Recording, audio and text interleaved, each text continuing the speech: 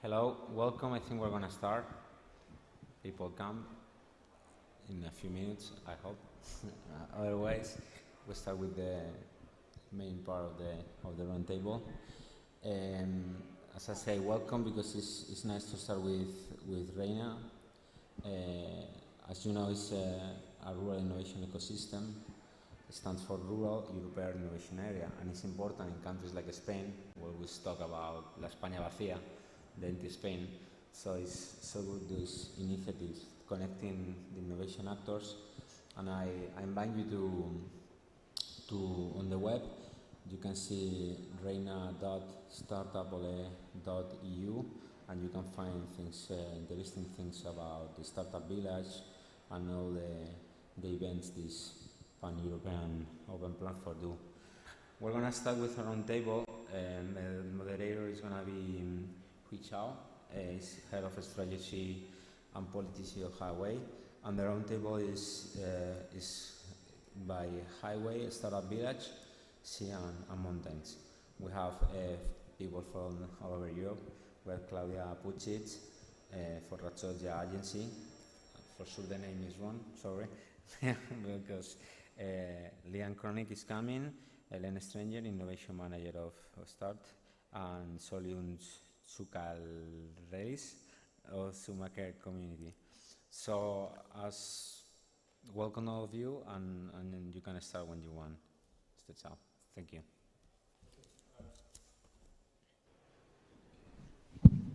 It's working out. Good afternoon. Okay, I hope you just had some coffee. You don't really feel any sleepy. We're just beginning of the session. Hopefully you all enjoy the nice experience which our speakers is going to talk about very soon. So today we are talking about the villages, because we know that due to the tremendous challenges we are facing today, not only for the people in the rural urban areas are facing such kind of challenge, particular the villages are in the most important role. How we support the development of the villages, particularly when we talk about the economic and also societal development. So we have 3 speakers today to share their experience, and also just briefly introduce those 3 speakers. The first is Claudia Pucic, and she's the project manager from the development agency, Heart of Istria. Actually, she's a civil engineer, and he's using the technical way of thinking in everyday business, mostly focused on the solution rather than problem. She's very experienced in project management of different kind of projects. Her goal is to work on activities with added value and also higher impact of the community.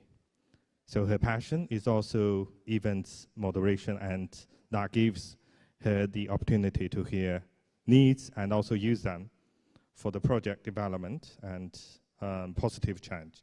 So, but today you are speaker, so next time I believe you can come to the moderator role. I'm looking forward. Yeah. And also you also see the Helena Stanger. So Helena is the innovation manager from Start-N, and that's a startup company from Austria.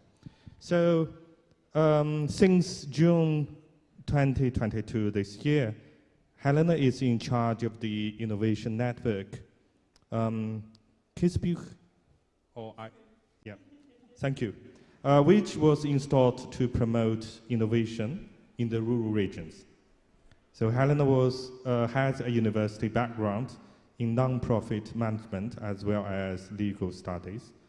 Whilst studying, she was founded a social business empowering apprentices to develop sustainability projects for their companies.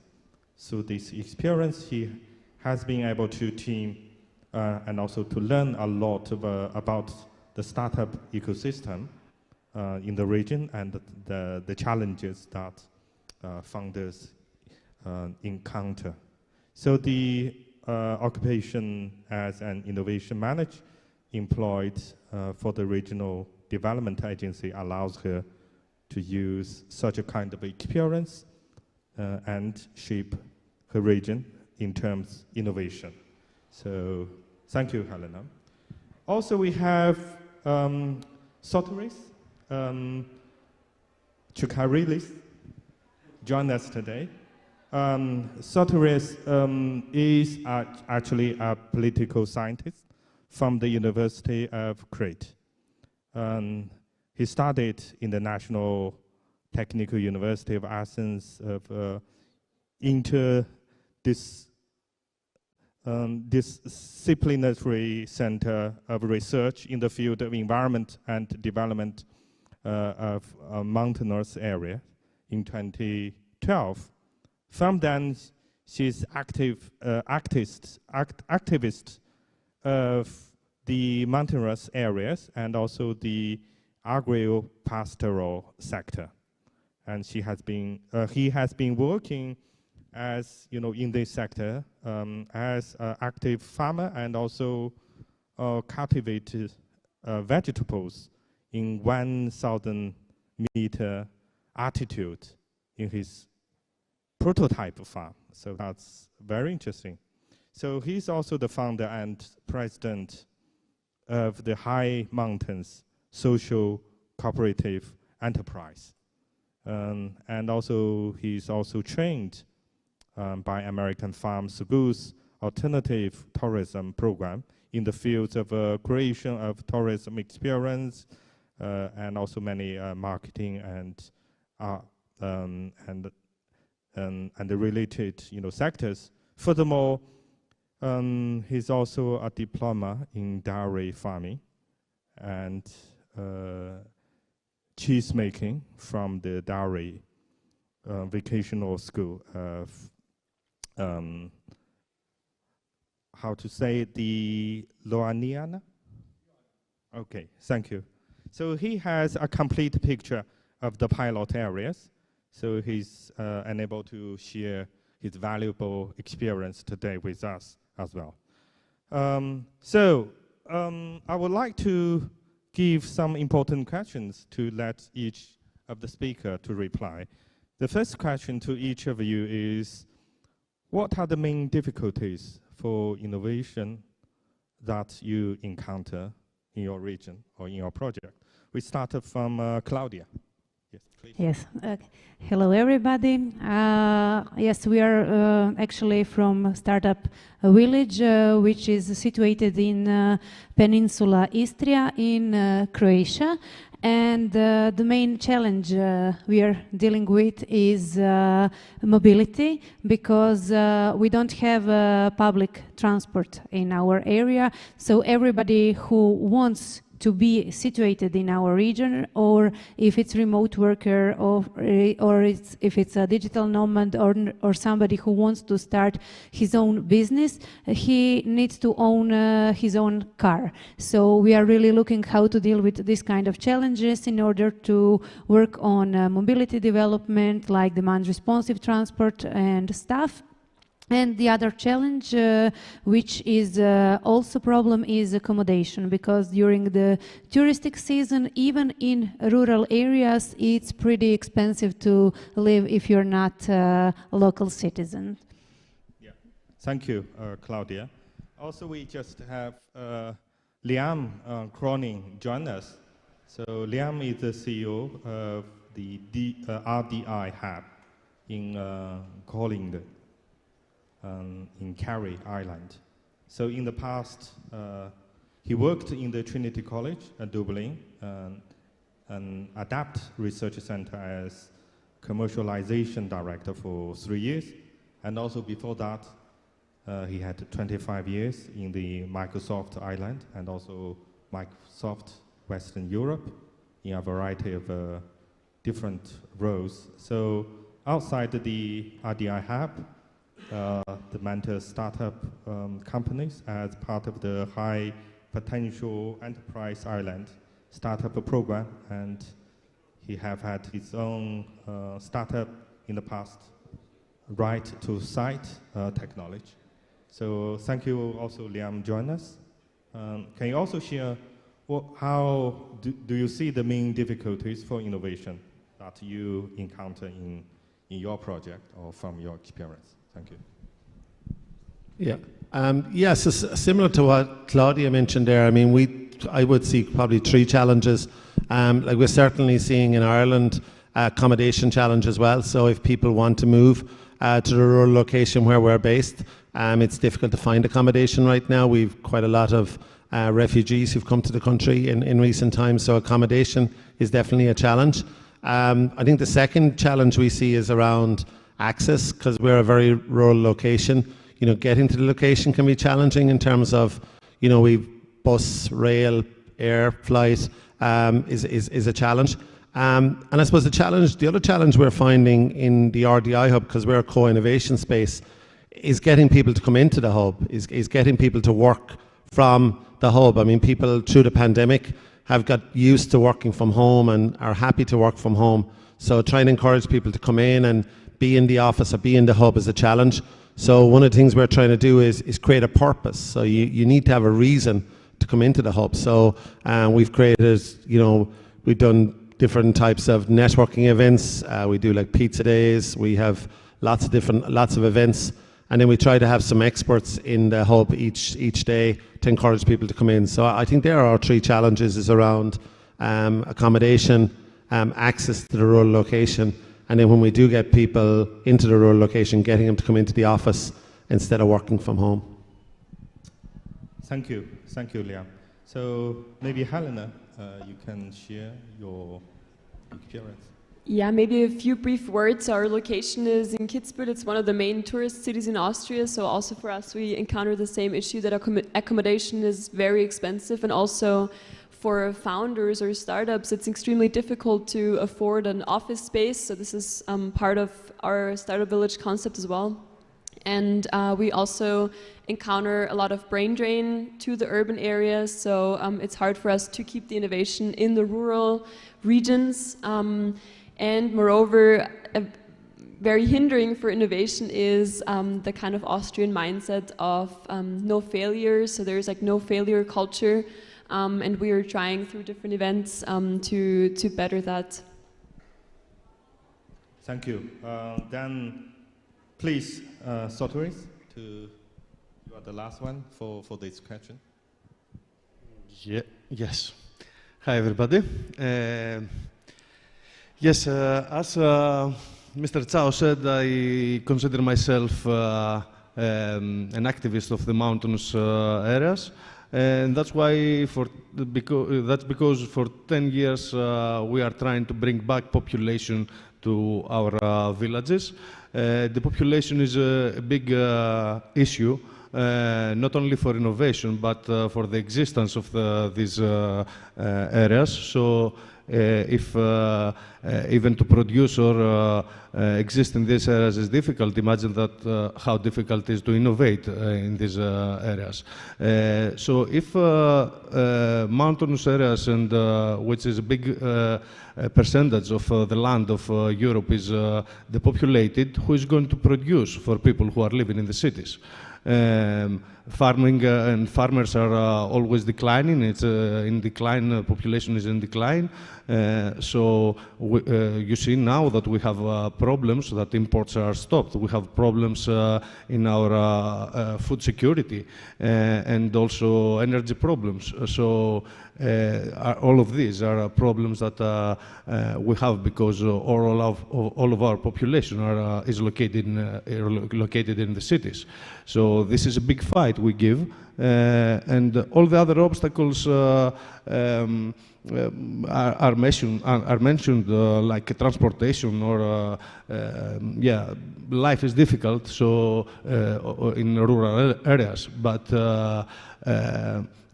to bring people back is not a thing that will happen just by giving transportation or something, but it needs a concrete and integrated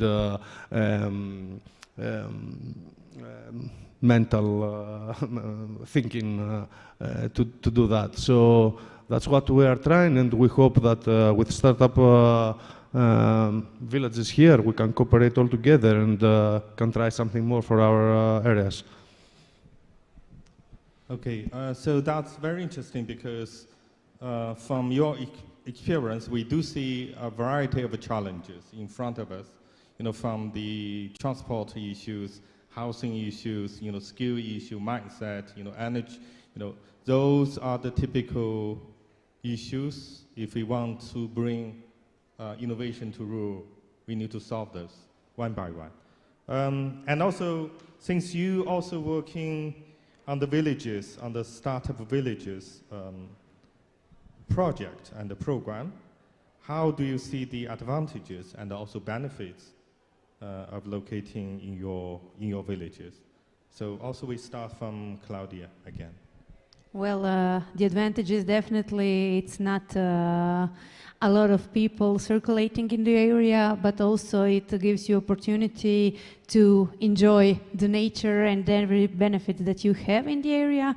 And the other thing is you have more options to make a community, because in our startup village we want to have community that is sharing knowledge, that is sharing experience, because a lot of people are starting their own businesses and they're actually working for themselves, and they don't know what's happening in a neighbor's yard, and they don't know if somebody else is actually developing the same thing as he does.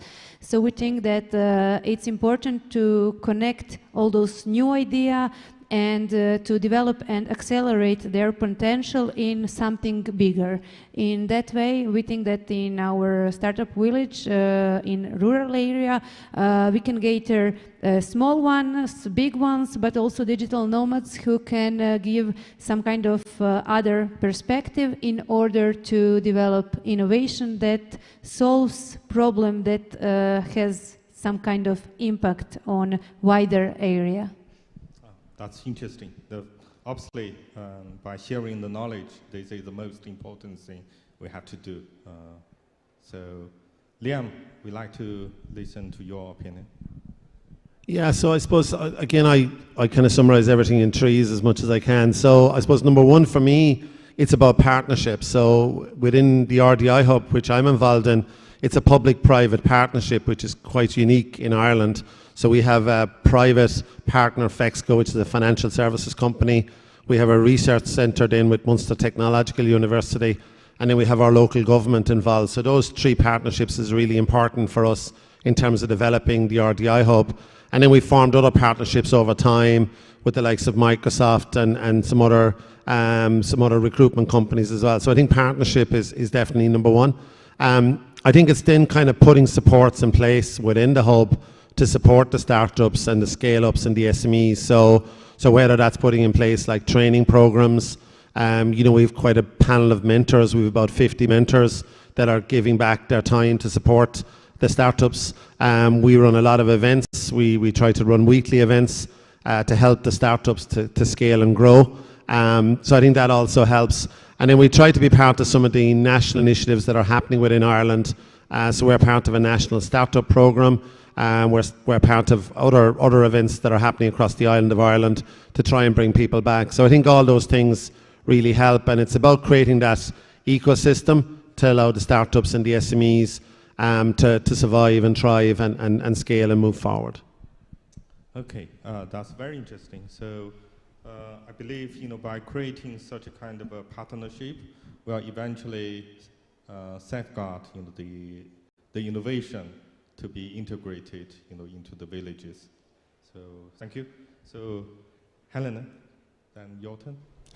I totally agree with Liam on the ecosystem, because that's what our main focus is. We try to create an ecosystem for entrepreneurs, for people who are innovative, so that they're able to actually develop their business ideas or innovations in our region so that they don't have to go to an urban area where, you know, where the ecosystem's already there. So this is basically what we're doing through networking activities, workshops, different events like the CYL-HUB nights is one of the events I'm looking forward to the most. So we're just trying to establish a more, you know, culture where it's okay to make errors and just try to learn from them and start up again. And we also are developing a mentoring system right now so that entrepreneurs can come to us, get support. We have consultants and everything too in our network. And what we are currently focusing on is female empowerment. So we're trying to encourage women to found specifically. Austria's pretty good actually in that regard already. We have quite a high percentage of female startups, but we want to focus on this even more and try to get, yeah, females more out there. Okay, that's very interesting to see what you have been done so far. We believe by combining your experience, this will greatly improve the knowledge and also really encourage the innovation and to be adopted. So then, Sotiris, and how would you like to make your comments? Yes, I totally agree with Liam and Helena, but in our case, we already have the ecosystem. In Zoommaker's co-working space, it's created because of the ecosystem. So we created we are many organizations, non-profit organizations or social cooperatives in the area that we work together in this co-working space. To help farmers, we create open source, small-scale agricultural tools there. So we are trying to help people who are already there in the area, who are trying hard to survive and to produce. So that's our main activity right now. It's second thing for us to attract others. If we don't help these people who are there, there is no reason for others to come. If they don't see that these people that they are there, they are producing, they are succeeding in what they are doing. So our main concern is to help them survive in these areas and have a better conditions of life. That's what we are doing. We are trying also with open source technologies to raise the barriers of isolation that mountainous and rural areas have in their DNA right now because of the development is a thing of cities. And we are trying to do this through open technologies because we share things with the rest of the world, even if we are in a place that it's difficult to attract people. But through open technologies, we can be in a dialogue with the rest of the planet. So technologies gives us this opportunity right now, and we use this tool. The second, also we use tools like Workaway or Woof, which are global platforms for people who travel the world. And this gives us the opportunity to have in my farm, for example, people to help me. I host them and they help me in my greenhouses.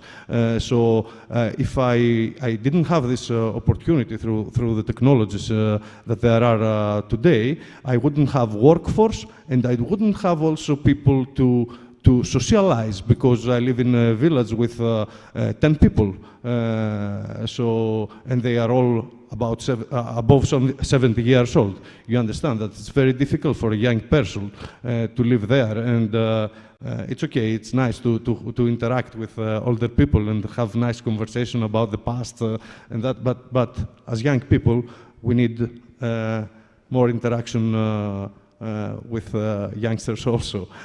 So I solve two of my problems because we are trying through these global platforms to attract people in our area. Working force problems and socializing problems, which also from our research, are the two main problems in all the rural areas, at least in Greece. Okay, thank you. Because one thing I fully agree is about the purpose of open source, because only through the open source that could supply affordable solutions, to the rural areas, and also pave the way towards innovation. And the open source community can be developed according to the specific needs of the villages and also rural areas. So that also reminds the importance of, how to create an ecosystem which bring the digital technology solution together. So thank you. Well, so we are running a little bit the time, so we are going to finish. I don't know if people here have any particular question want to ask our speakers. Otherwise, we are going to move to the second session. Okay, thank you very much. Then, there's one question.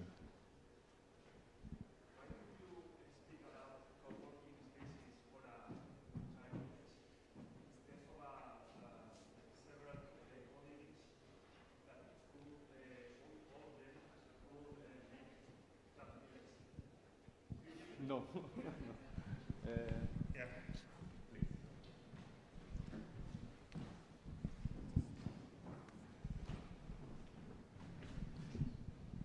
I hear that you speak about co-working spaces in these villages.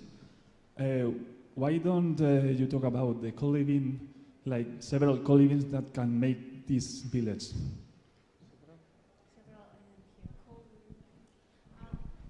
Okay, we didn't have time to say our program we are developing.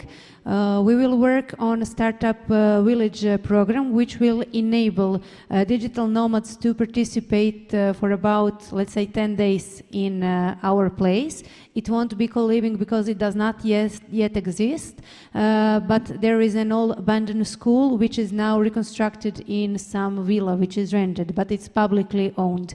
And this program will include co-living for digital nomads, remote workers, and local entrepreneurs in order to make their connection and to make, as we said before, knowledge exchange. And according to co-living, I just think that it is the biggest potential in future period because of existing abandoned houses. I don't know how about your areas, but we have a lot of abandoned houses and places and schools to be reconstructed or in co-living places or hubs or other purposes in order to bring knowledge, innovation and the communication. I read that in the page that the potential definition is about 15,000 inhabitants. So I think that a single co-working for all of them is too much from my point of view. But I don't know if I'm mistaken in this sense. Can you, sorry, repeat the number of? I read in the page for the potential definition of the startup villages. I saw that there is about 15,000 inhabitants for a single village, and then it will be like a single co-working in there. So I think a single co-working for all of them, maybe it's too much to integrate all of them in there.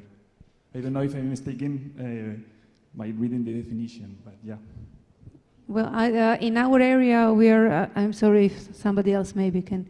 I'll give the example of our area. We are having one co-working which is going to be built, and there is every co-working in about 50 kilometers away. And in our village, we have small co-working for 10 people to be there, but we are looking to, when we develop the program, we will find the places diffused, so dispersed and widened so that we don't use space for nothing. Okay.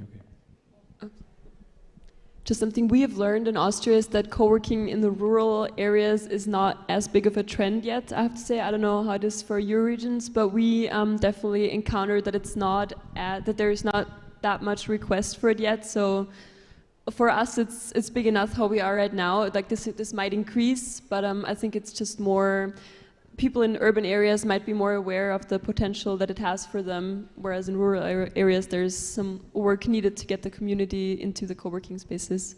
Yeah, and I think one thing I would say is, like, we talk a lot about COVID and how negative COVID has been. Like, COVID is a massive opportunity for rural locations. I mean, in terms of people moving out of urban locations back to rural, being able to live and work where you're based. So, like, COVID is game changer for rural hubs. Okay, thank you. If you still have a question, I would suggest to have an offline discussion with the speakers. Thank you. Okay, thank you.